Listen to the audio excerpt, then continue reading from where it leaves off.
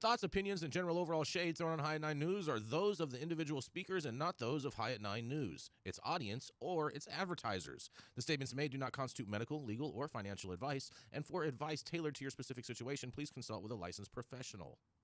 Welcome to the High at 9 News Hour, where you will hear from cannabis industry experts and professionals from around the country talk about important topics while shining light on global issues and discussing cannabis as it relates to politics, regulation and reform, data and technology, science, research and medicine, family and parenting, art, celebrities and entertainment, fitness, sports, mental health and wellness, and plant-based medicines and entheogenics. Together, we are building a stronger community, fighting the stigma and creating change. With your hosts, Jason Beck and Rico Lamitte, joined by special industry expert correspondents from around the country, and daily antics brought to you by Cannabis. Coming to you live every Monday through Friday at 9 a.m. Pacific Time and high noon on the East Coast. And thank you all for getting high at 9 with us.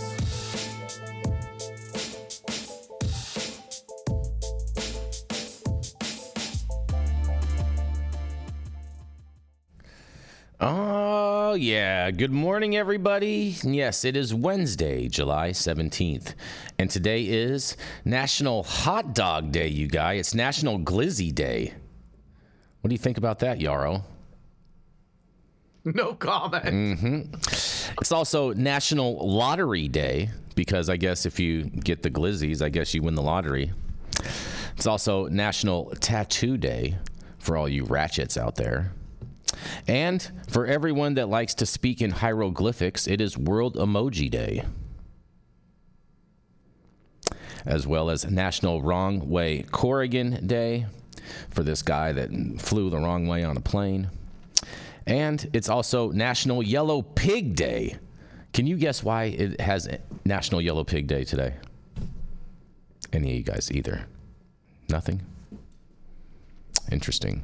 It all has to do with it all has to do with the number 17, you guys.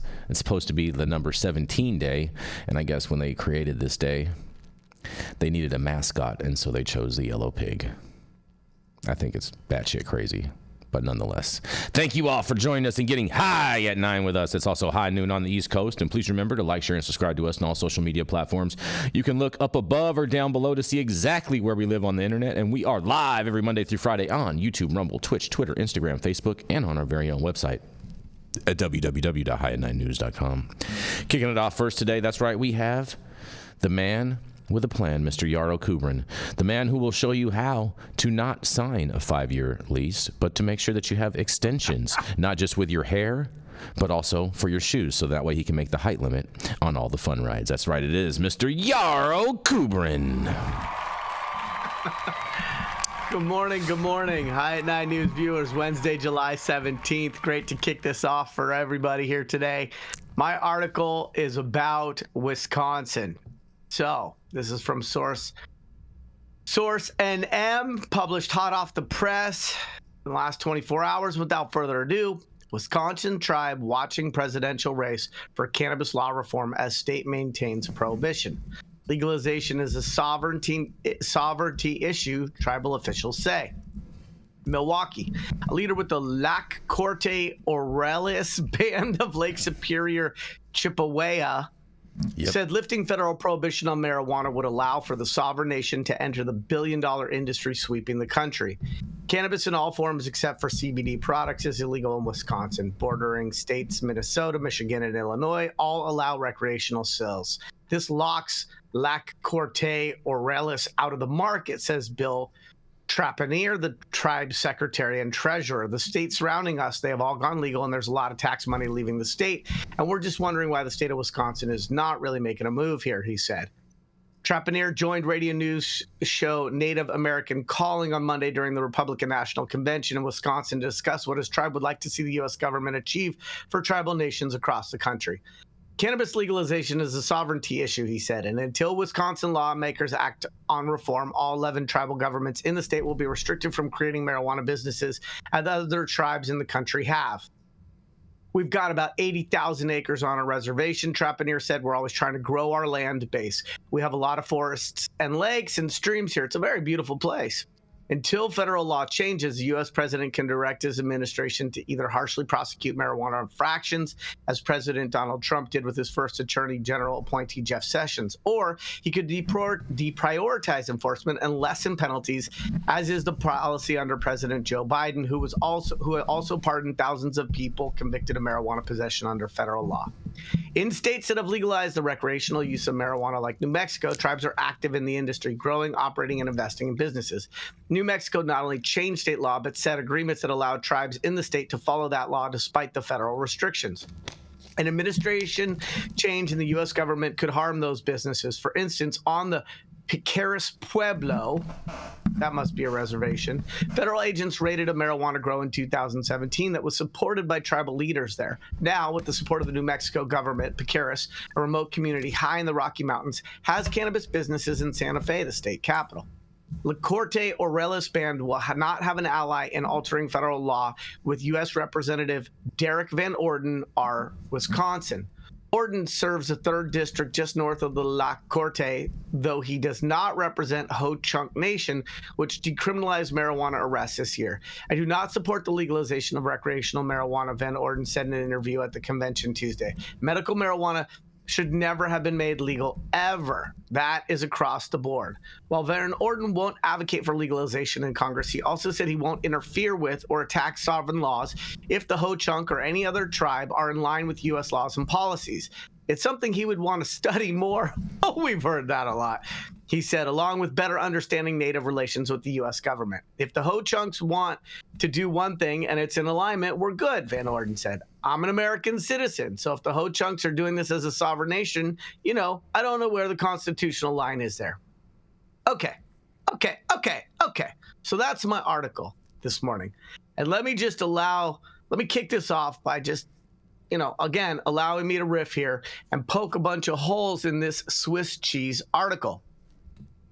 Okay, for starters, if tribes are sovereign nations, then taking cannabis from a tribal land into other parts of the United States is the same as international drug smuggling. There are no protections for that. There are many other tribes in other states that are already participating in state legal cannabis programs. They don't need any change at the federal level to do that. This gentleman is suggesting that he needs a change on the federal level, not because he needs a change on the federal level, but because the immediate surrounds in the state in which his reservation is venued doesn't have a cannabis program that will allow them a more efficient monetization of cannabis they could produce on their sovereign lands. So I take big issue with this because I believe that this gentleman, Trapanier, is framing this in a way that is incorrect. Tribes have been participating in cannabis for a very long time. There has been no change in federal law, and it hasn't stopped them from trying to find a way to weave through the labyrinth of risks and opportunities to be able to participate. So I think this gentleman is really trying to take advantage of the press he can get with the Republican National Convention being in his state. But I do not agree that tribes need federal change in order to participate. Would it be good if that happened? Great, but we haven't been holding our breath for that, and neither should he. This is Yarrow Kubrin, High at 9 News. I'd like to hear what my other guests think. Well, Mr. Yarrow Kubrin. I mean, so what you're telling me is that before they enact any policy within their tribe, they want to wait for a signal from the federal government. Am I correct on all of this, Yarrow? That's what they're saying. But the truth is, if they were in a state that already had a state legal program, they would already be participating because they would be able to balance the They don't need that. They don't need that. They're a tribal land. They could start their own program. Right. They don't need any government to tell them anything to do. That's right. So I would say respectfully, it's a bunch of bullshit what this gentleman is saying. Or as Dale would say, You know what I think? Shit. I think you know what I think. Up a rope. Dale, what do you want to kick it off with? This is horseshit and bullshit combined, because this tribe can grow cannabis on their tribal land for consumption and sale on their tribal lands. Now, if someone decides to take their weed and leave, and it's going to be up to the local government or perhaps the feds to be there at the exit and, and search them to see if they're leaving there with weed, which I doubt they'll do. I think you're right, Yarrow. This guy's just trying to beat a drum for some attention. And tribes as sovereign nations have a lot of power. I just don't know if they're ready for the fight. I wonder if there's some kind of kickback that the tribe is going to get in federal funds for taking this position. Well, it is true that tribes benefit from federal funds. They also benefit from the infrastructure of the states in which they're venued, such as emergency medical services, police support, hospitals, and most importantly, utilities. So there's always been a delicate dance between the notion of sovereignty versus the reality of sovereignty.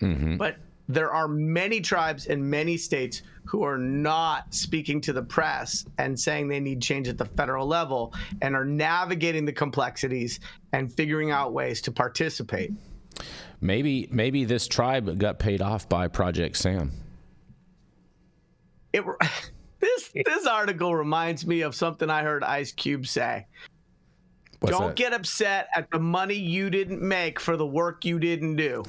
I thought you were going to say, bitch, better have my money. I thought you were going to say, if you're scared, go to church. Or even today was a good day. or even no Vaseline. Oh, I mean, well, it's good we have a library of Ice Cube quotes in case we want to weave those in elsewhere. I wonder if they ever see the Goodyear blimp above this reservation. I wonder if Donald Trump is going to resurrect, the Black Platinum plan. Oh boy, Ice Cube gave. Just wait long enough, you know he's going to go there, right? I mean, this whole thing, though. I feel like this. Would he be called the chief of this tribe? Would he be considered the chief, or is he just what's his actual title, Yarrow? He's just a spokesperson. Do we know? We don't know. He's the secretary and treasurer. He's the secretary and treasurer. Well, sounds like he should go back to taking notes on how policy actually works. And so that way he would know that his tribe could actually benefit from the rewards of selling cannabis on his tribal grounds, regardless of any type of state or federal policy change. He should take that to the bank. I think it's an interesting balance because people like to have their cake and eat it too. And tribes want sovereignty, but they don't want sovereignty. They have sovereignty regardless, though. Into that U.S. power grid. They want to tap into that U.S. power grid. They're not sovereign then. They want to benefit from emergency medical services and police services and all of the other things that could be of benefit, as well as tribal funding. And I got no problems with that. Like, hey, smallpox fucking in blankets sucked. I get it. You need your land back. And it would be nice if you had more opportunity than just a casino here and there. And if you want tribal sovereignty, then technically cannabis leaving the reservation is no different than if I packed up a big cargo container of cannabis from Colombia and I unloaded it at the New York, Los Angeles, or Oakland Harbor. Fair enough. Any final thoughts on this, Dale or Rico? Well, leaving there from private citizens is different than the tribe packing up a container and taking it into Milwaukee to sell it. But is there really a difference, though, Dale? I don't think there's a difference. It's a difference between a possession and a trafficking charge. I think is probably the only thing. But either way, you're still trafficking. Well, but the tribe's not. If the tribe's sending it off the reservation, their fingerprints on it, that's a different story. That's what I'm saying. You go there and buy weed, and you're a private citizen that decides I'm going back to my home in Milwaukee and I'm taking some weed with me. I don't know how that directly implicates the tribe. Well, but I don't know if the tribes are ready for the It's just like how back in the day when people would get caught selling drugs and they'd be like, who'd you get this from? Da da da da. And then the police would try to use that to get a search warrant to be able to go and search those premises. Now, granted, they're not going to be able to get a warrant to go and search on the reservation, but nonetheless, they can view the tribe as an enabler in illicit sales. Of course they can. What are they going to do about it? And I just don't know that this tribe's ready for the fight it's going to have. There's still a lot of pushback inside the federal government not to move forward with legalization of cannabis, scheduling or descheduling. So, I mean, it's still not a clean enterprise to be involved in. Mm-hmm. Fair enough. Fair enough. And Michael Minardi, who is a lawyer in Florida and has been on the show previously, says that they couldn't implicate the tribe if they bought it on legal tribal lands. Yeah, but I'm not sure about that. I'm not sure about that because I do know of cases of people getting pulled over, leaving reservations with weed, and them getting charged with basically crossing a border with a controlled substance. I mean, since I quoted Ice Cube, I'll just riff right into a TLC lyric, or just stick to the peyote and the fields that you're used to. You got to cover your left eye, though, if you're going to say it. Yeah, but Jason, what you're talking about is the person leaving the reservation. You're not talking about the federal government going in with a search warrant. Oh yeah, no, agents. They can't do that. They can't do that. They can't do that. They would be violating too many federal laws in order to do that. Yeah, but let's talk about Wounded Knee. I mean, they'll do what they want to do when they want to do it. Oh boy, there we go. We're not going to go down this rabbit hole. We are going to go to a commercial, and we are going to be right back. Oh man, that was weird. Hey, you America. Do I look like Sean Connery?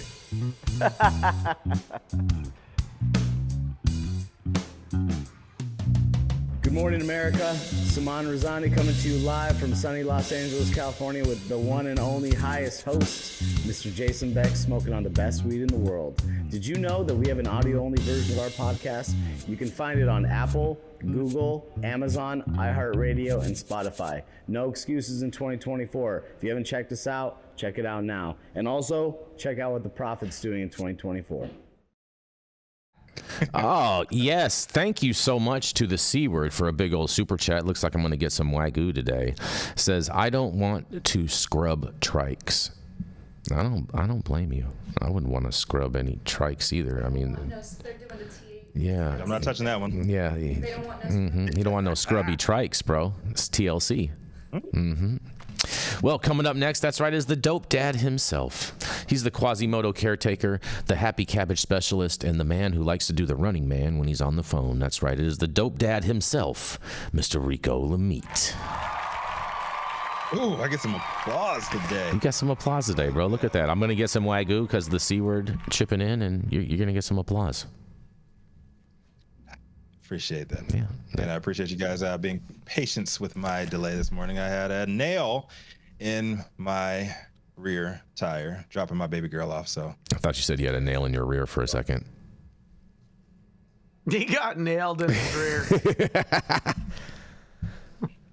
Pause. Anyway. That's why his Ice Cube quote was no Vaseline. Exactly, Yarrow. Exactly. Oh, man. But I either hope way, you paid up or you'll be in arrears.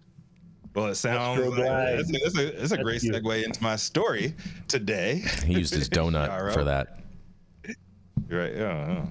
Anyways, because my story is a bit of a sobering report coming from John Schroyer over at Green Market Report. It was running through new industry investment data that was released by Viridian Capital Advisors, and it's no surprise that over the last couple of years, due to lackluster returns, earnings, and stalled legalization efforts on a federal level, that the deep-pocketed investor cash that once flooded our nascent industry has all but dried up. And those investors, according to Schroyer, do not appear to be rushing back in yet, especially with Republicans, the hating-ass Republicans looming over might maybe win in the White House, because all these people in power are not cannabis friendly. So start off with that, let's just get into it right here. So simply put, the sector remains volatile. And with federal cannabis rescheduling still up in the air and Republicans looming over maybe some big wins because of several factors going on right now. Maybe looming. It is not clear when or how these investors will be drawn back. Capital fund raising activity in the cannabis and psychedelics industries has dropped by almost 40% over the last year alone. Now, according to analysis from Viridian Capital Advisors, it's not just the number of raises either. By sheer dollar amount, fundraising is down nearly 50%. The number of capital raises in the sector plummeted to 127. That's it. 127 in the last 12 months, compared to 204 between July 2022 and July 2023. Viridian also reported that's a decrease of 37.7%. The value of those raises plummeted 48.8%. A combined dollar value of just 1.4 billion raised for the same period a year ago. It was just under 3 billion. The retailer and cultivator subsector led the fundraising for past year, representing 44 of the 127 deals inked. But that's still down 80 deals from the 12 months prior. The latest 12-month period tallied a value of $650 million for the same segment. The psychedelics arena was next in line with 16 capital raises, down from 24 the prior year, for a value of $475 million. After that came biotech and pharma subsector. Surprised there wasn't more into these labs. Maybe now that they're under the microscope themselves, there's less people trying to get in. But here's what it is. So with 16 capital raises, they were, with completed 31 raises over the past year for a value of just 184 million. In fourth place was software media cannabis sector, which is the last category to put together a double-digit number of raises with 16. And they were down from 26 prior year for a value of just 60 million brought in. So all the remaining subsectors in cannabis trade tracked by Viridian, which includes real estate, mergers and acquisitions, investments, consumption devices, infused products, agriculture, technology, hemp, miscellaneous ancillary, consulting services, and physical security, pulled in a total of 20 raises combined for just $124.5 million. The biggest decline in capital raises overall, get this, the hemp industry, hemp subsector, where only 3 capital raises were completed over the past year, down 73% from the prior year, with a 97% increase in the value of raises to $4.4 million, down from 142 million. So it's not looking too good on the money end of the industry of going forward here. I mean, there's no real way to spin it here. The way that I see it, I agree. I think it's looming over. The Democrats can't get their shit together when they were given a gimme election. They just can't get right on any level here, and they were the ones that are championing reform. And whether Republicans believe the words that they're saying or not, the fact of the matter is they have been very hostile towards the cannabis industry overall. The other thing is a lot of scrutiny on Delta 8, THCA, and like all these guys and all these states trying to suppress the hemp industry. Investors aren't going to touch that shit. They do not like volatility. They like boring investments. They like predictable returns, and that's just something that the cannabis industry is not producing right now. There's a lot of stuff, a lot of question marks out there that nobody has answers for. So I don't know, man. I just want to talk about these numbers with you guys. It doesn't look like it's too much of a rosy picture in the short term here. Maybe we'll get it back, but we will wait to see. I'm Rico Lamitte, the dopest dad on the street for High at 9 News, and let's talk about it. What do y'all think, man? I got to jump in on this for a second. Because Schroyer, God bless him, is the one whose article earlier this week I eviscerated with glee. First of all, year-over-year change is not the metric. If you're only measuring year-over-year change, you don't understand what's happening in the space, because that's too short of a period of time to actually get an understanding of the cycles of funding and what's happening. Secondly, it doesn't indicate how much of this is debt versus equity. Thirdly, it doesn't indicate how much of this is domestic versus international. I mean, this is just not enough information for me to be information. And so that troubles me a lot. I don't know if this takes into account publicly traded companies and the amount of stock that was purchased, whether it includes all private placement deals. How does Viridian have granular understanding around that? Or is it just their portfolio? I mean, they, for many years, have been propping up their previous investments. And a lot of these investment houses have spent more time trying to raise capital for other people's money than they have actually deploying their own dollars, most of which they've already kind of overextended themselves.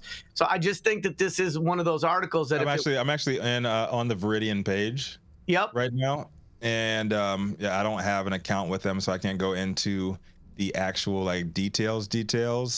But it does have a section there where it says that this is all domestic here. So these are domestic numbers. These are U.S. numbers. Yeah. Right? Hold on. So with that. I would partially agree with you, Yarrow, on the year-to-year stuff, but this is showing that it's a downward trend.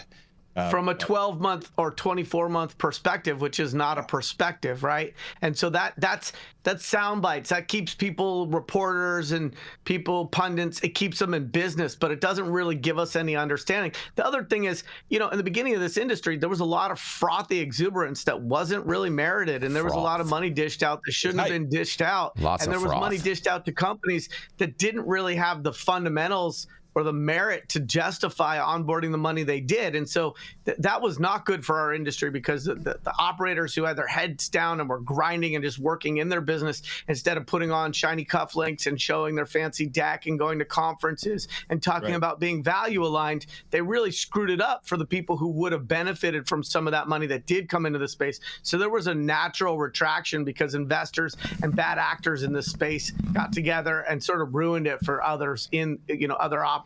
So I just wish we had more information on this article. I wish that they had indicated debt versus equity and some of the breaking out some of the states as well as the supply chain businesses, because investment might be down in cultivation, but is it down in tissue culture labs? Investment might be down in third party software providers who are all going to provide a marketplace. And we've heard that a million times, but is it really?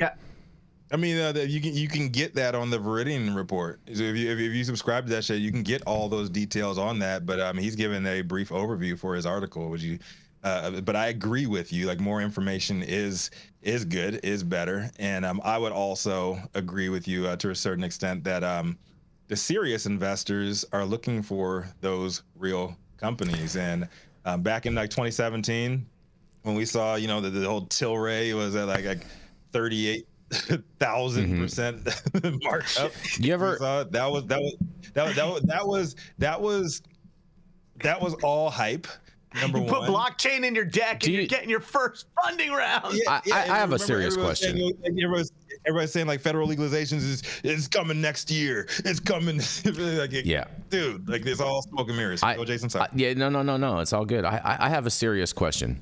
Do you think that it's slightly possible that the average investor has just finally got the smoke cleared from their eyes in regards with these types of investments and see that there is no future in investing in any of these things until there is some actual federal policy change? And I don't mean a Schedule 3, I mean a full descheduling in regards to. And I think that all of these industries are going to suffer tremendously due to the lack of government regulation. No, I would say two-part answer there. Number one, two-step, huh? I would say like a lot of the two steps. I would say the torrents two-step. How about that? I would say the first part of that, I would partially agree with you. A lot of these hype investors, a lot of the money that Yarrow was talking about that came in back then, probably wasn't good for the industry, but those investors, that's that young, dumb money, and that's the stupid investor money that was coming in there. And it was a lot of FOMO. And those investors are still out there. They just found another shiny object to hold on to. They went from that to crypto, from crypto to... Or they could have lost. They could have lost their whole bag. They could have lost their whole bag. They might not even be investors anymore, Rico. Dude, it's all about buying the dip. Well, I just, I believe in shorting them all. That's my philosophy. Right, Short them all. Right, but I would argue that right now in an election cycle, and there's a lot of question marks, like generally investment dollars, traditional investment dollars, they don't get dropped in an election year. Period. It's going to be a dry year. That's a really good point. That's a really, really good point. And it goes to also reinforce that a year-over-year measurement isn't a really adequate way of looking at it, because to Rico's point, investors are going to wait. They're going to see who's going to be in office. They're going to look where the political tailwinds are. I think everybody knows who's going to be in office now. If you're just saying, if it bleeds, it leads. Just saying. Either way, whether it's the convict or the dead guy, like. Oh man, you guys. You guys are funny. You guys are funny. So if we're measuring this stuff and we're only measuring it year over year, then we're not measuring. That's what I have to say. No, I agree. I would say like a smart investment money is looking at 3 to 5 year returns minimum. Yep. You want to see consistency. If you're going to be putting tens of millions of dollars into anything, you want to see consistency and you want to see a steady path forward. Not need like these giant jumps or anything like that. That's how you get burned. That's how just like young money will get in. Young money. They'll hop in on. They'll hop in on the hype. Yeah, right. You like that? And they'll hop right out. The people who are selling you that shit will hop right out, and they'll take your money and they'll pop it into something else. So in this area, we have an expression: if you want to make $1 million in the vineyard business, you start with $5 million. But the truth is, if you measure it over a long enough period of time, it's actually a pretty lucrative business. And so I think if I wanted to make a bunch of money, I would have a war chest and just bleed for the next 5 years and put a lot of resources into markets that I think in the long term will be exciting, like the Sunshine State of Texas, or like New York, which is the dumpster fire that keeps giving us headlines in the long term. But investors need to think about what's their holding period. If you think you're just going to ride a stock and exit quick, it's that exit quick mentality that caused investors to have some culpability in the way that irresponsible dollars were deployed in this industry anyhow. Yeah, and then take it one step further there. A lot of the companies that were getting those big dollars back in 2017, 2018, they were given 5-year runways, right? And they didn't make those returns for those investors that they were promising, and so that money's gone, right? And so a lot of those deep-pocketed guys, a lot of the more conservative ones that took a big risk, they're not going to be taking that risk again. They're not going to get burned again and go out of business. So that's right. Yeah, so if you're looking for that investor cash and shit, like make sure your company's boring and repeatable processes, scalable business, and experienced team. That's what real investors look for. So I would say the positive spin on this is showing that our industry actually is maturing. And we'll just see what happens, what shakes out after the election from a federal standpoint, from a state standpoint. But right now, it's just way too many questions that anybody has answers for. Interesting. Like I said, short them all. I'm gonna roll into my story, Rico. Was it hodl? Hodl, is that what you say in the crypto universe? Hold. Don't blow out of nothing, man. If you got investments, like hold on to them. If you don't have them, don't buy them right now. Just wait and see. I think the crypto bros are going to fail too, because there's nothing to secure that money with. And all of a sudden, it's just going to be numbers on their screen. Stablecoin, bro. Yeah, I'll tell you about stables. You know what I keep in my stables, Rico? A Clydesdale. That's right. Lots of them. Exactly. Speaking of which, talking about my and there goes Yarrow. Yarrow just dropped. He had to leave us today. And just for all of you that are wondering, Jenny Beth is going to be here shortly. She should be here anytime. But nonetheless, I have something for you guys, Rico. You're gonna love this one, okay? Because you know what I love, right, Rico? You love a lot of things. I love moistness. Please don't. Yes, I know a lot of people don't like that word, but I happen to love that word, moist. Well, you know what you call a dry towelette? Moist. A napkin. Because let me tell you something about all this moisture going on today, you guys. Because Measurement Standards Group is to vote on adding cannabis moisture loss proposal to, that's right, you guys, the federal handbook. Members at this year's annual meeting of the National Conference of Weights and Measures, the NCWM, are set to vote this week on a proposal concerning acceptable moisture loss in cannabis plant material, a limit meant to protect patients and consumers from buying packages that weigh less than advertised. If the item is approved, it will be added to a federal standards handbook, you guys. The proposal would provide national guidance to both hemp and marijuana markets, despite marijuana remaining illegal at the federal level. Set for a vote at NCWM's annual meeting on Wednesday, the plan would establish a 3% tolerance limit for moisture in cannabis, allowing the net weight of cannabis packages to fall slightly as the result of moisture loss. The 3% threshold is similar to that for other products like flour or dry pasta, though the cannabis proposal would only allow moisture loss, not absorption of moisture that would increase the net weight. In a quote, as written, there would be no limit to going over the declared weight of the package, Charlie Rutherford, co-chair of NCWM's Cannabis Task Force, told Marijuana Moment in an email. The proposal is aimed at accounting for moisture loss that occurs after marijuana and hemp material is harvested.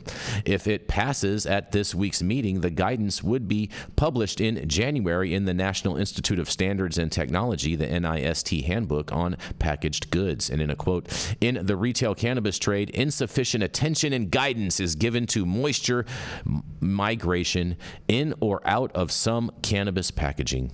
The item on the NCWM agenda says, and as a result, the contents of some cannabis flower packaging have to be found to be underweight, resulting in the patient or consumer paying for weight they are not actually receiving. In Oregon, for example, underweight complaints are the #1 consumer complaint, according to the agenda's original justification for the proposal. For the fairness and safety of cannabis consumers, it says a weight variance based on enforcement of acceptable moisture ranges needs to be established, and the 3% number is not only consistent with moisture variances that apply to other materials, but also aligns with California's rules, the document says. Some cannabis is very susceptible to environmental conditions, easily losing or gaining moisture, with consequences impacting net quality, degradation of active cannabinoids, and or microbial proliferation, depending on the situation.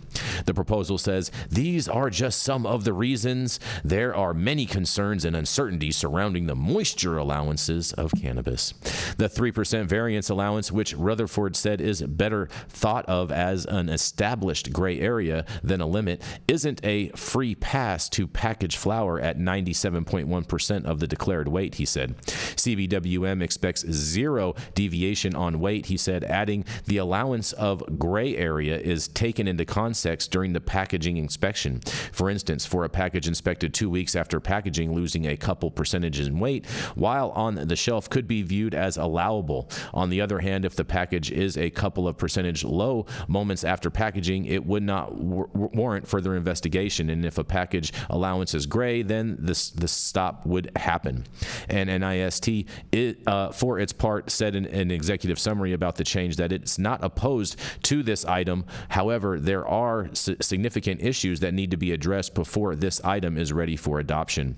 Noting comments from Walter Wilson, a NIST research scientist who often handles cannabis issues, the agency encouraged a broader market sample of cannabis products over a more extended study period. The study cited by CBWM Wilson covered a 12-week period, but cannabis cannot be stored for significantly longer periods of time prior to sale. And Wilson also noted that package type could affect moisture loss, noting that the direct correlation between moisture loss or gain and how well a seal can be made with a particular type of packaging material. Glass containers seem to retain more moisture, and NIST said, and therefore it should not be included in the 3% moisture allowance.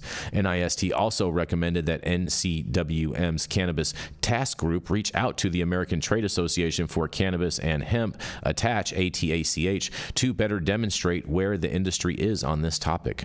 Attach sent a letter in April in support of a clear and standardized moisture allowance, saying it would enable cannabis businesses to maintain best distribution practices while aligning with regulatory expectations, as well as facilitate a more uniform regulatory landscape across jurisdictions, enforcing compliance and enforcement efforts.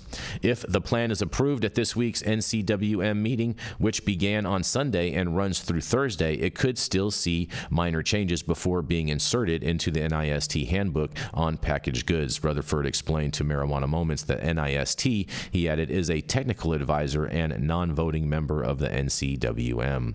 The NCWM members also considered taking up the issue of a universal label for cannabis products, but ultimately decided against it. And while several groups have pushed for a universal label for cannabis products in the past, some at the NCWM who considered the proposal noted that members weren't qualified to consider the health-related aspects of the proposal.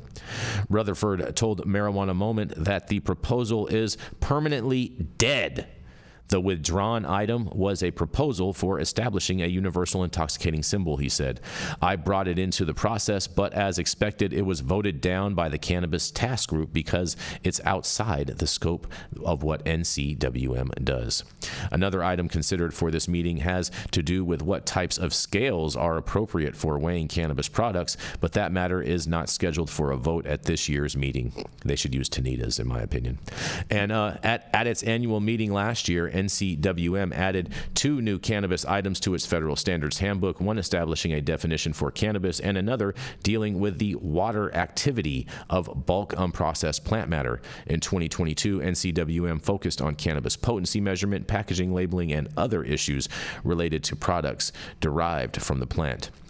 How to reliably test marijuana and hemp have increasingly become key issues nationally, resulting both from the legalization of hemp in 2018 and the growing number of states with legal marijuana markets. And earlier this month, NIST released a new report as part of a project designed to help testing laboratories ensure accuracy and precision in testing cannabis products.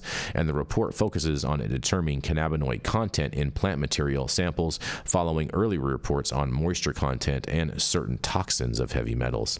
NIST also this month announced that it's begun selling a cannabis reference material aimed at helping testing laboratories more reliably determine the potency and purity of marijuana and hemp, but the material isn't cheap, with 4.5 grams of the stuff on offer for $783, you guys. The Drug Enforcement Administration also recently clarified that as far as it's concerned, that threshold includes not only Delta-9 THC itself, but also the related cannabinoid THCA, which is converted into Delta-9 when heated, a process known as decarboxylation. And lawmakers at the state and federal levels have also begun looking at standards for Delta-8 THC, a psychoactive compound commonly derived from hemp products, and some congressional legislation, meanwhile, would ban most consumable hemp-based cannabinoid products entirely. And already, many products sold as hemp meet the federal definition of marijuana. A NIST analysis earlier this year found that the vast majority of smokable hemp product samples, about 93%, contain more than 0.3% THC. As law enforcement works to better distinguish hemp and marijuana, separate federally funded research published earlier this year detailed 2 new ways researchers say they've discovered to test samples. Well, you guys. This is a pretty moist story for today, and I can't wait to hear what you guys have to say. This is Jason Beck for the High at 9 News Hour. What do y'all got to say? California started addressing this when our first regulations came out, and I had lots of discussions with my clients, especially those that were distributors, about how you're going to not have this problem. Because under California law, this is false advertising. If you advertise an eighth at 3.5 grams and it turns out that it's less than that, then it's false advertising and you can get yourself in trouble. And who's responsible? So we put it into contracts, how you're going to handle these samples once they're certified and weighed. What's the handling and storage standards after that? And then insurance companies had to come in because other ones ultimately have to come in and reimburse this. So it's good to see at a national level they're deciding 3%, because if you've ever grown this plant, you know it starts out wet as hell. And by the time you're prepared to put it into some sort of a storage unit and send it off, it's lost the vast majority of its water content. And how that gets handled, because that leads to mold, mildew, and all sorts of things if you don't have low enough water content. But if it loses too much water as it's going through the system and it's low on its weight, and you have legal problems. So it's good to see 3% looking at a standard, because that, I think, is fairly common for plant-based products out there. Fair enough. And shout out to the C word, who says, never ask a female cannabis plant her weight. Raw. That is good.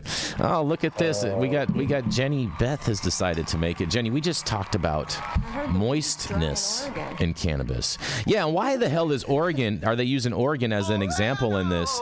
Which absolutely makes no sense to me, because they serve cannabis deli style in Oregon. So why would people be complaining about moisture loss in their products? You want me to tell you? Sure. Okay, so they serve it deli style in Colorado too, by and large, right? And here's the problem. Yeah, but that's dry world. Oh, will you stop? You said yeah. I'm gonna explain it. Come on, go ahead. You just got in. You're already late, so. I know. Diet Coke in hand. But yeah, so basically they're opening and closing these jars, and they're putting a dry moisture pack in there that they don't want to buy. That just ruins the weed. I know, it's terrible. You're sucking terpenes out. You're doing a lot of issues. I actually consulted for one of those companies that manufactures those. Shout out to them for trying to find a way not to suck terps out. But they're rehydrating these bags and sinks, and honestly, they're probably not doing a proper dry and cure process to begin with, so their product is not shelf stable. So then they're opening it and closing it, opening it and closing it. So yeah, it's probably pretty crusty. Interesting. I'm still not buying that, because it's pretty. It's not crazy dry in Oregon. It rains a lot up there. They got a lot of moisture in the air. All of that. I'm not buying that as the reason. So Jenny Beth, good to have you on with us. Is being the moisture expert on the show today. I don't want to speak about. Listen, Yeah. Rico. Would you say there's more moisture locked into towelettes or wet naps? Go. I would probably go with the towelette, unless you leave the packet open or open and close it. You know, like your dude wipes, and they start out real nice and refreshing, and then you use them for a couple weeks and your butt's kind of getting crunchy. That's kind of like. I've never had that happen. Okay. I've never had that happen. I just take showers and just don't wear underwear, so you know. It's So you're just swampy, it's always super moist. breezy. Got it. Good job, Rico. Nah, man, I'm too cool for that, man.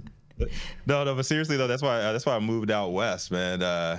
I sweat like a motherfucker, so that's why I moved out west, because it's less humidity out here. So I don't like none of that shit. So on a personal note.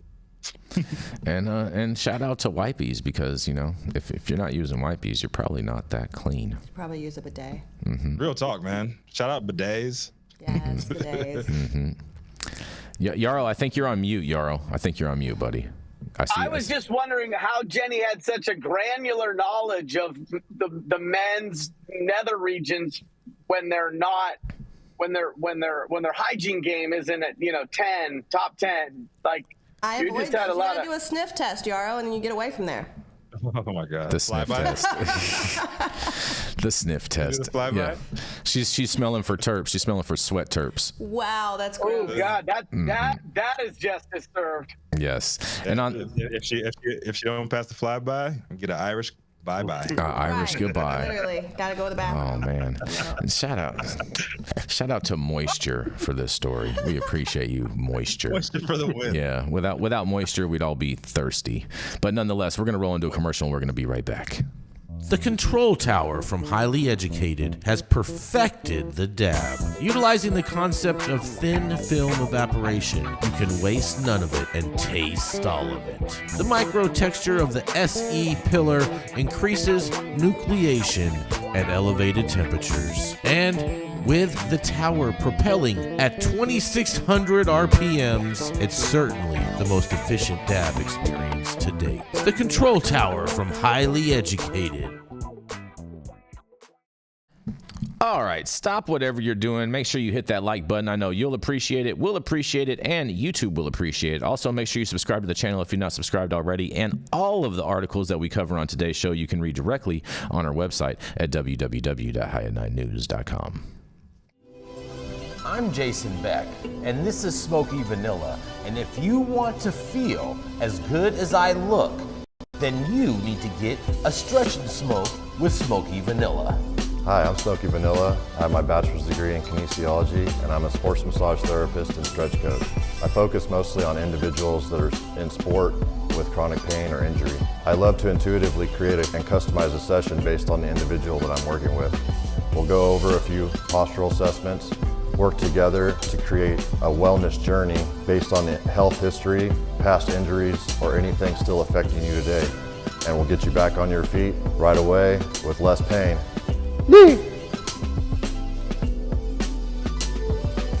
We're about to stretch, and then we're gonna smoke, because we're gonna get on our stretch and smoke. If you want to feel as good as I look, then you need to come on down and get a stretch and smoke with none other than Smoky Vanilla.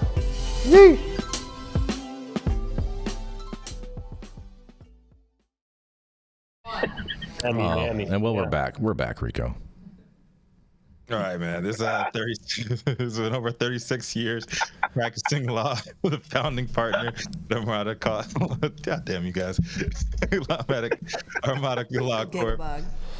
You got a giggles, the master of all things. You got the giggle bug. Mm-hmm. Master of all things, pissing up ropes, butt puckering. Whoa. Yeah. That's why. He is. That's yeah, he will. He will throw in a butt pucker now and then. He's the grandfather of moisture himself coming to the stage. Dale Schaefer.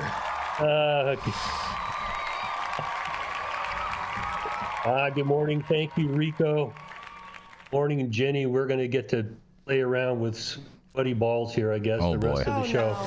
No. Oh, boy. My story today comes out of Law 360. It's another chapter in the ongoing saga of being able to smoke weed and have guns. And this one involved law enforcement, which I think is another better leg up for us than someone who's an ex-felon getting caught smoking weed and having guns, or being Hunter Biden and chasing whores all over the world while you're snorting coke and buying guns. So what happened here is 5 Jersey City police officers got fired for testing positive for metabolites of cannabis in their urine sample. And one of them, named McKenzie, and if I can get McKenzie's full name here. Anyway, McKenzie is a male. The story says McKenzie's a she, but when I read the opinion, McKenzie's a male. McKenzie is a medical patient, but had gone to a recreational dispensary in New Jersey, bought some weed, had used it, and was a random drug tested, and the piss test pissed dirty, and they ultimately fired him. Well, the city of Jersey City filed a federal lawsuit against the state of New Jersey for their the CREAM Act. And where they come up with these names? The CREAM Act? I mean, the sweaty balls. Next one we're going to get the CREAM Act. I don't know what the hell we're going to have coming out of these things. But the CREAM Act legalized marijuana sale, recreational sale in New Jersey. It also exempted any employees from being terminated or having adverse actions taken against them for using cannabis off the job. And that's where these police officers came in. because none of them were using it on the job. None of them appeared to be under the influence on the job. They had just used cannabis. And they were fired because they violated federal law. And the Attorney General of New Jersey stepped in and said, now hang on here for a second. You can't take adverse actions against these cops unless you have some proof that they were under the influence or using it on the job, which they weren't. And so the next area of contention is, well, you can't be a police officer because you're an illegal user of drugs, and that you can't buy or possess weapons or ammunition if you illegally use drugs. And since marijuana is a Schedule I drug, you can't legally use it. Well, that ran into the state stepping up and go, oh, no, hang on for a second. Because under the Controlled Substances Act, if you're getting, under federal law, if you're getting weapons for official use, you don't have to fill out all these forms. Now, the Jersey cops have to go buy their own weapons. The argument was you have to go there, fill out a form, and this McKinsey cop didn't let him know he was using weed. So he's terminated, and they fought this in administrative law process, which you have to go through when you try to fire a cop. The administrative law judge found that New Jersey's CREAM Act is not in conflict with federal law, and that you can't fire a cop unless you've got evidence that their drug use was on the job, they were under the influence, or they had purchased these drugs illegally. Okay, so city of Jersey City sued the state over this. These 5 cops are in this federal lawsuit, and the police benevolent organization, believe it or not, came in on the side of the cops in this federal case. And so what this story's about is that the attorney representing the cops sent this administrative law judge's opinion to the federal judge, I guess, hoping, praying, wishing, hoping, whatever, this federal judge is going to buy a state administrative law judge's opinions about whether federal law and state law are in conflict, and whether cops can smoke weed off the job and still have guns and things like that. So I think the important thing to understand here, this is in federal court, not a state court action. California took up this conflict issue in federal law in 2008, and we found that no, there's no conflict with federal law, because you don't have to grow weed in California. You're exempted from some of the laws. That's not in conflict with federal law, and this administrative law judge found some of the same reasoning here, a direct conflict here. But the interesting thing is that this is all happening under the guise of the Supreme Court's decision in Bruin 2022, where they require that you go now back in history, back to when amendments were, the first 10 amendments were enacted and the Constitution took effect. You look at what was being done historically with guns in those days. And a recent case called Rahimi said, well, we're going to look for analogous situations. And I reported on this and wondered what the hell is analogous situation, or having an AR-15 today and someone having a flintlock rifle in 1789 or 91. I don't know. But we now have the state of New Jersey saying you can't fire cops who smoke weed off the job. They're allowed to do that.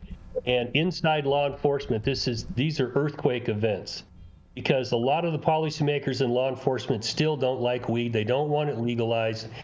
And these are all, in my opinion, in my experience, because their mama told them it was bad, and mama never lied to them. So, weed's got to be bad. We can't have the stuff around. So I don't know where this is going to go. This is just another chapter in this ongoing saga. The United States Supreme Court has sent some pretty clear messages out there to the appellate courts and to these district courts that you have to go back and look at how drugs and guns were viewed at the start of this nation, or some analogous situation. And I, quite frankly, I'm not seeing where they're going to find that, because there were no prohibitions about using guns with drugs until very recently. And I don't know what an analogous situation is, other than to say, if you're a scofflaw, and we're gonna look seriously at restricting your gun use. I don't know where this is going to go, guys. We'll talk about this more as it moves forward. But I don't know. We might see a time when people are allowed to use cannabis and still maintain their gun rights without having to hide around and sneak. I'm going to throw this back at you for what you all think about this latest development here. So, and this is. I mean, this Progress. is why. And I know Jason has evolved on this whole incremental change shit because that's how government works. But this is why you need for something issue as big as cannabis, you need sweeping change and you need sweeping legislation because this is going to gum up our court system. And especially with Chevron deference, that whole thing affecting everything else, like no idea when we're going to ever get real answers on what can and can't be done. We'll get tons of real answers by anybody. We'll get all the real answers in this industry. We'll get the answers from the courts, not from the bureaucrats. The courts are owned by the bureaucrats. No, they're not. Stop it! They're Stop not. it! Stop it! Dude, the whole system right now is a circle. Like this thing is crazy. You got the Supreme Court is owned by corporations, and they're being bought out by people. And dude, this whole thing is crazy. Burn it down. No way. Burn it down. No way. Shout out to Clarence Thomas. I believe that change starts locally. I don't believe it starts incrementally when we're doing something like this. Like I think you're talking about taking people away from their jobs. I've been saying that from the jump. Your Republican counterpart until recently. I'm sorry, I didn't hear the first part of that because I was still speaking. What'd you say? Yeah, your Republican counterpart on stage with you right now, Jenny Beth, was saying like, oh yeah, when back when the other Republican was on our show, she who shall not be named. Shout out, what up, Gretchen? I know you're watching, but they were like, oh, incremental change. That's how government works. If y'all asking for this, that, and the third, then nothing ever is going to get passed. And where are we right now? Well, I'm here to say that I think that I disagree with that opinion respectfully. Wherever you are, Gretchen, sorry, we differ on that one. Look at that. You should have just sang Kendrick Lamar. I mean, she ain't like us. Too, and if this is progress. Cops are people too. They deserve the same freedoms as people in their state are allowed. I don't like the fact that they have to even buy their own guns to begin with. I don't know why New Jersey can't just spring for a service sidearm. But especially with as expensive as our bridges are. Can I just tell you, if I'm a cop in Jersey and I can buy my own gun, do you know what I'm coming to fucking work with? I'm gonna bring like the judge. I'm gonna have some Jesus. It's called a street sweeper. I mean, I would set it up. That's the name of a real gun. Yeah, no, I'd set it up so it just popped out of my trunk. I think it's sad that it takes the courts to get this kind of movement because these people need to unwind like anybody else, and a little bit of vice is good. And last I checked, alcoholism and sclerosis was rampant in law enforcement. Mm-hmm. Why can't these people have the opportunity to unwind just like anybody else in their states? Yeah, I was about to say, I'm from a small town. Cops get drunk there. Yeah. Well, but I think that because the federal law is in play here, and I don't think we have any historical perspective on preventing someone from buying a gun because they use substances. We don't. This is going to get interesting if it gets up to the appellate court level or even the Supreme Court. They could strike down these laws that prevent you from buying guns or ammunition or possessing them because you use substances that historically have just been, I mean, back in the 1800s, you could buy in the Sears and Roebuck catalog weed. You know what that would mean, Dale, if that happened? You know what that would mean? That means that you could sesh in the parking lot of the gun range before you go to the gun range. I always thought it was funny because when we throw Indo Expo in Denver, there was always at the convention center at the same time the gun conference. So you'd see people come through our cannabis industry expo and then they go through the gun show. And it was, some of them got lost and were a little freaked out, the more hippie. I'm sure they got lost. Yeah, some of the gun people got lost and were confused, and it was just, it was a nice mismatch. I had a great day. I bet. Yes, I did. Mm-hmm. Interesting. You know what? I mean, if Hunter Biden actually followed through with his appeal paperwork, maybe we'd be somewhere on this. Oh boy. You know Speaking what? of swampy balls. Wait, yeah, Millie. Let's run this fourth commercial, Millie. I just ordered the summertime strawberry salad when added steak on top here at Anna's. Make sure you do the same thing too next time you're in downtown Long Beach. Come on down and check out Anna's joint on the 400 block of Pine Street. They have amazing selection of beers, foods, and when you come down here to Anna's, you can even challenge me to a game of shuffleboard if you want to lose.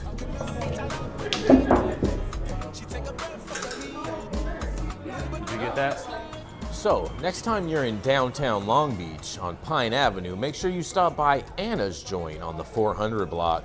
Not only do they have Anna's Joint, this restaurant and bar, but they also have the amazing deli next door, and then next door to that they have a very exotic flower shop. You may want to stop by and say hi.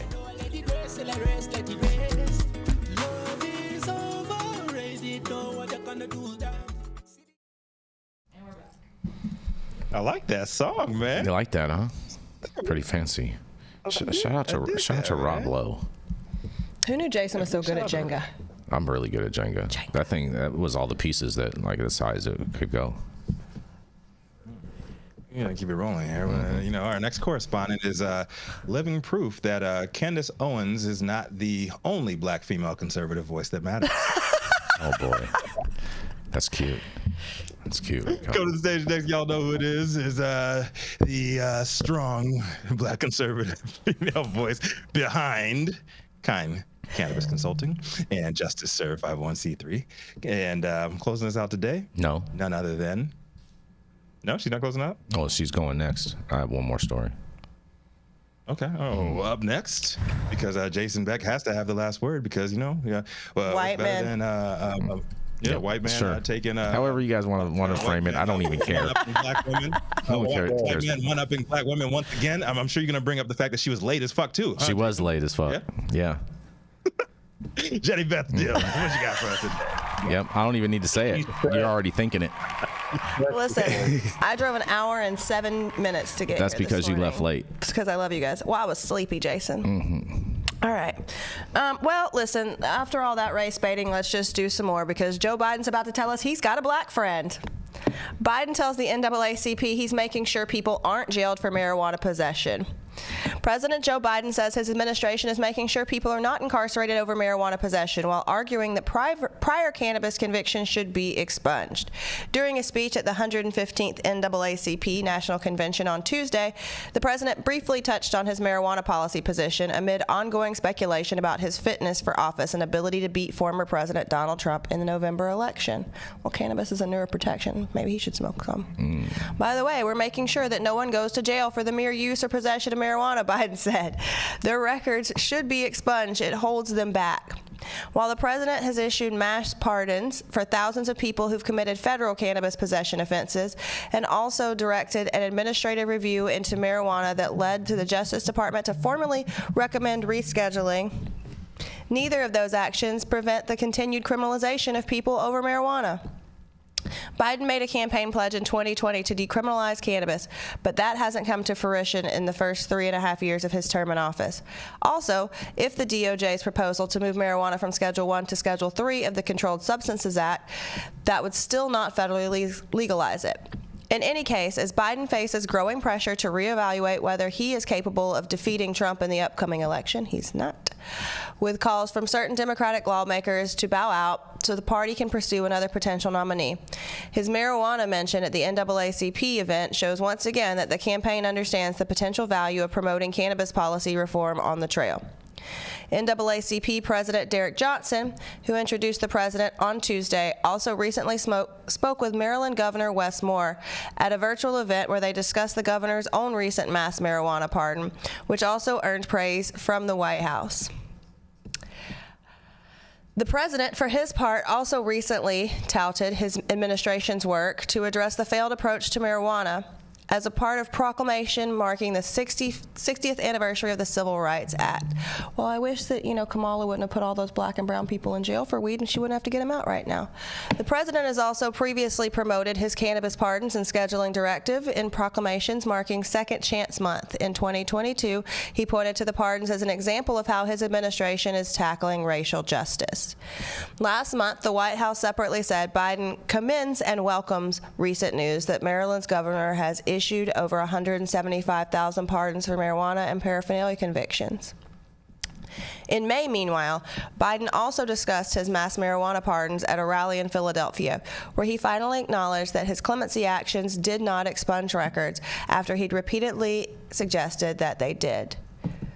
While the president might have adjusted his rhetoric to reflect the realities of the clemency action, he hasn't indicated that he's willing to offer relief for offenses beyond simple possession. In fact, he specifically said that growing or distributing cannabis is a different deal. So you can have it, but where the fuck are you supposed to get it from? The White House drug czar, Ruhal Gupta, has also discussed the rescheduling move multiple times over the past month, framing it as a historic reform that could open the door to cannabis-based drug development. However, he's also inflated the impact of a Schedule III reclassification, at one point suggesting it would address racial disparities in marijuana enforcement. The Biden-Harris campaign has also drawn a contrast between the marijuana policy actions of their administration and that of Trump, pointing out that DOJ, under his administration, rescinded federal cannabis enforcement guidance that generally laid out a policy of non-interference with legal marijuana states. Meanwhile, Trump also announced his pick for vice presidential running mate at the Republican National Committee convention on Monday, naming Senator J.D. Vance, Republican from Ohio. The senator has backed states' rights to enact their own cannabis laws, but he's opposed legalization and voted against a bipartisan marijuana banking bill in a committee last year. Oh boy. All right. So, I mean, more pandering. I think that it's interesting that that was what he decided to speak on at the NAACP convention. That was, you got to tell the blacks we like weed, you know what I mean? So I think more pandering from Joe Biden. I am glad. I commend him for staying awake long enough. And, he spoke on Wes Moore's pardons a lot more quickly than he did on his running mate his competitor getting shot in the head. So, wow. Jason, I want to hear what you think. And Rico, I'm sure you have thoughts. I mean, we must have stopped at the gas station. That's all I have to say. And this gas station has incredible lighting. No, I got something to say, Jimmy. Of course. And so number one, if you're a politician, that's what you do. You pander. So you fundraise. You fundraise when you're a politician. Wait, when the Dems are pandering, it's called politicking, and when the Republicans are doing it, they're liars and switching up. Okay, I just wanted to get Rico's terminology down. I said that? Did I ever say that? No. I'm saying all politicians pander for dollars. Number one. Number two, like you'll never get any pushback talking shit about Joe Biden in the games that he plays. I appreciate you, Rico. Ever. But you are very, very, very much in the wrong to say that Donald Trump ain't doing the same damn thing on his end, because all he does is come on, this motherfucker was selling Bibles last month. The shoes, the Trump 5,000. Why are you being shamed for being a good marketer? I don't understand that. As long as he's not putting himself in the face of Jesus on the cross on the Bible, I'm fine with it. Spread the good word. He can't even name a single Bible verse. He was asked that, and he said all of them. No, he was asked what was his favorite Bible verse, and he said all of them. Rico, what's your favorite Bible verse? I don't read the Bible. So why are you offended that Trump's selling them? I'm not offended. I'm telling you, he panders too. Did I not say that? He does the same thing. They're two 80-year-old white men.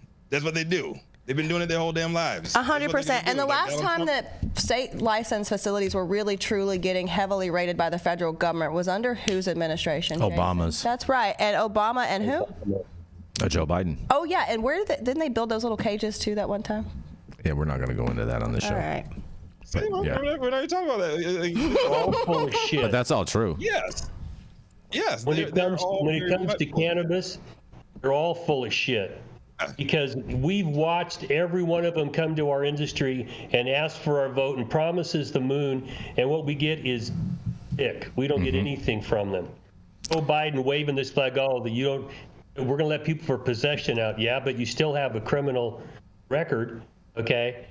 And they have not taken any effective steps to make it easier in the states. If you're promoting states' rights, they're continuing to make this a problem in every state. 280E is continuing to kill this industry.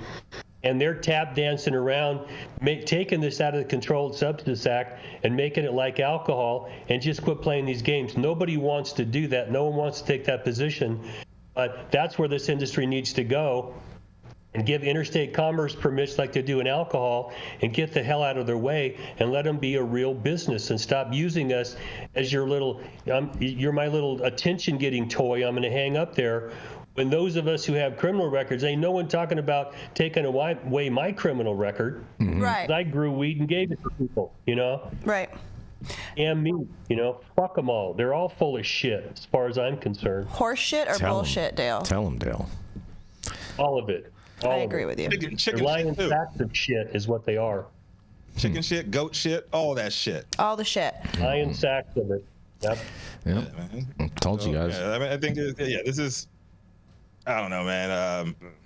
Y'all will get the same shit from me saying, like, burn this shit down, man. They're trash. The 70% of the country identifies on a personal level as independent, and neither of these two bullshit parties speak to us independents. Is that because so many people are confused as to how they identify now? Oh boy. Ranked choice voting. We need to bring that to the federal, on a federal level, ranked choice voting, and we'll have a totally different ranking choice voting. Yeah, there's not going to be any fraud with that. There actually isn't. There's tons of fraud with that. You have a lot less angry people, a lot less folks that are saying incendiary bullshit, lying, and remarks towards their opponents. And you know what? Democracy actually wins, and the majority gets the candidate that they want. You don't have a bunch of this bullshit that we're. It's not supposed to be by the majority. That's not how it's set up. The majority of voters, it's the majority of states, people in office that they want. Ranked choice voting. We have the solution, and it's ranked choice voting. It is not this bullshit system that we have, and until we fix that, we're gonna have more stories like Joe Biden tells the NAACP and making sure. I find it the last election cycle, like, vote for me. If you don't vote for me, then you ain't black. Yeah. What? Hello, my African American. I love my. Meanwhile, Trump's a felon and he just got shot. He is the thuggish, ruggish president we've ever had, and I love that for him. You wanna bring up some state? You wanna bring us some data? There's way more white felons that have been shot in this nation than black. But if you want to read these headlines, you want to read this clickbait shit saying like, oh, he's the blackest president, blah, blah, blah, blah. Oh, no, that was just me being a jackass on a Wednesday morning. What's today, Wednesday? It's a hump day. It's hump day. Actually. That's just me getting over the hump, Rico. Well, speaking of getting over the hump, I have one last story for you, and you guys are going to love it. Yeah, you're going to love this, Rico. Rico, you of all people are going to love this. Because the Oklahoma Medical Marijuana Authority is getting ready to lay off 10% of their staff, you guys. That's right. The Oklahoma Medical Marijuana Authority just notified staffers on Tuesday of a 10% reduction in the agency's workforce and plans to reorganize as it right sizes to meet the needs of a shrinking industry in the state. The reduction affects 25 to 30 employees, and OMMA Executive Director Adria Berry said, with commercial license numbers decreasing, it was imperative we find efficiencies in our operations. Berry said in an email to employees shared with the Tulsa World that in the coming weeks, we will introduce the new organizational structure for our agency. Your expertise and ideas will be crucial in this phase, and there are currently about 6,615 OMMA licensed businesses in the state, but the number of medical marijuana dispensaries, grower operation, and other licensed operations has been on on the decline, down by more than 25% since the start of 2023. In a recent interview with The World, Berry said low wholesale prices that have resulted from an oversupply of marijuana grown in Oklahoma triggered difficulties for many businesses. As the industry faced growing pains in recent years and reports of flourishing illegal marijuana grow operations, the Oklahoma legislature ordered a moratorium on the new marijuana business licensings. The moratorium of new growers, processors, and dispensaries has been ordered to remain in place until 2026, and the OMMA has been criticized for being behind in renewing existing business licenses and in processing ownership transfer requests. In the email, Berry indicated that core responsibilities of the OMMA will not be affected by the layoffs and says positions that no longer serve the needs of the agency were eliminated so we can restructure the OMMA in a way that aligns with our mission, she said.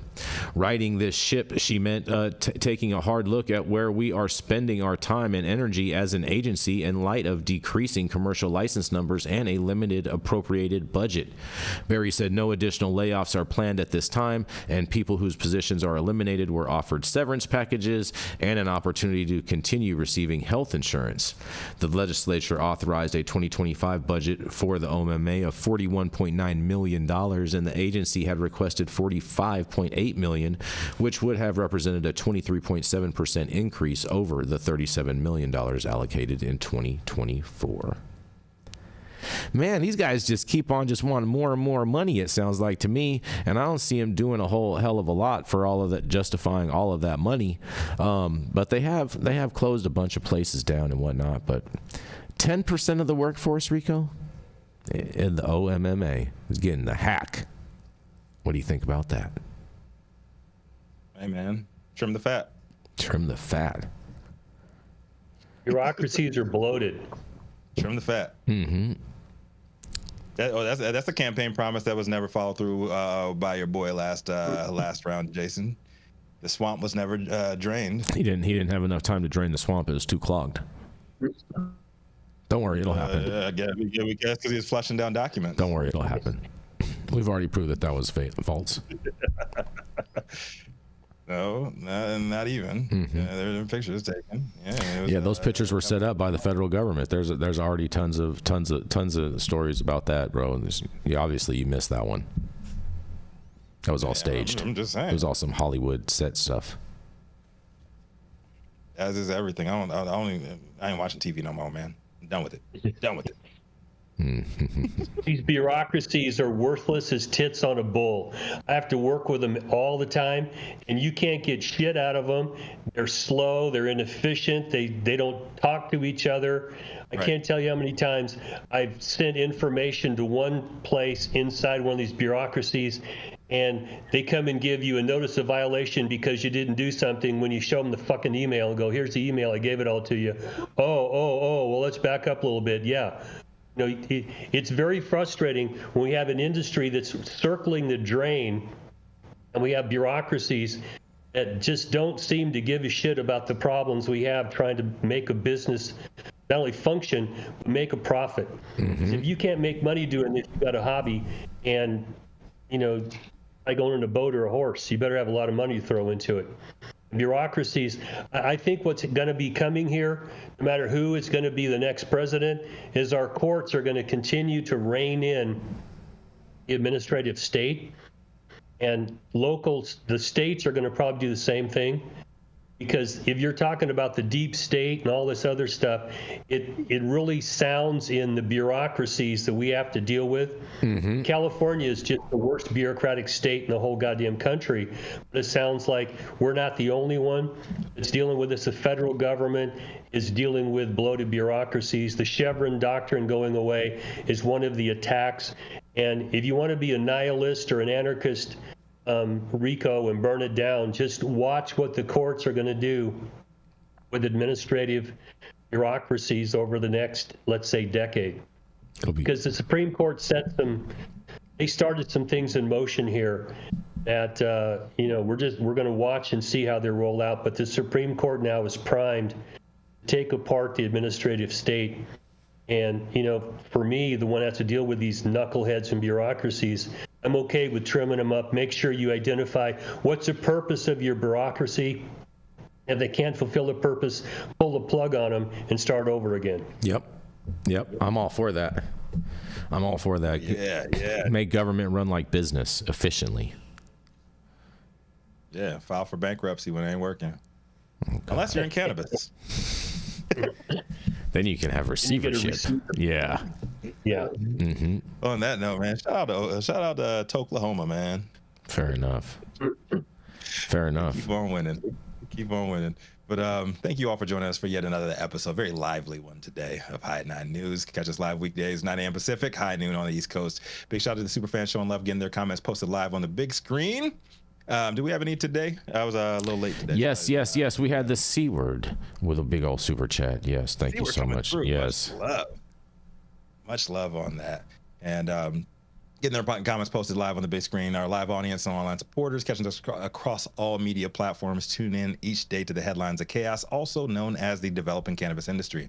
Our vetted correspondent team tuning in from all over, bringing us much needed variety of perspective and your respective opinions to the table. Production team, Cloud Media Partners, all the sponsors keeping our lights on and AV struggles to a minimum. As always, Cannabis Steva L, the reason why we show up to read these stories every single day. Thank you too. It has been Wednesday, July 17th, 2024. The show's over. You've all been blessed with the top industry headlines. Hope was enough for you to put in your pipe and smoke at least until tomorrow. My name is Rico Lamitte, the dopest dad on the street. For High at 9 News, the cannabis industry's #1 daily news show. My man Dale, Uncle Dale, Tio Loco. Last man standing. What you got for these good people today? Well, I'm old enough to remember John Kennedy, Martin King, Bobby Kennedy being murdered. Ronald Reagan got shot. George Wallace got shot. And the vitriol we've been seeing in politics for the last 8-10 years is coming close to the kinds of problems we had back in the 60s and 70s.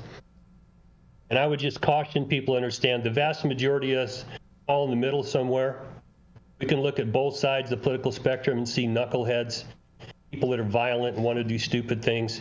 But when you start shooting people running for president, I think we've crossed some lines here that we need to be very careful about, because over the course of my career, and especially when I was in prison, I've seen people try to kill each other and I've seen them succeed. We have no idea what that looks like until it breaks out, and people need to back up a little bit. This country's overarmed right now and people are angry, and we need to go through the next 3 or 4 months as peaceably as we can, given we're in politics and it's vitriolic, but we don't need to be trying to kill each other. So let's look for the better angels of all of our natures. And let's see if we can get from here to the next election without any more violence like we've seen recently. That's my takeaway, guys. Fair enough. Stay civil, man. I love coming on here and talking shit to people across the aisle. Mm-hmm. That's what America's about. That's right. We got free speech for that. America. You don't need to shoot everybody you disagree with. The greatest country in the world. Although there are some out there that, if you molest children, I got no sympathy for you. Fair enough. Shout out to Kendrick. Yeah.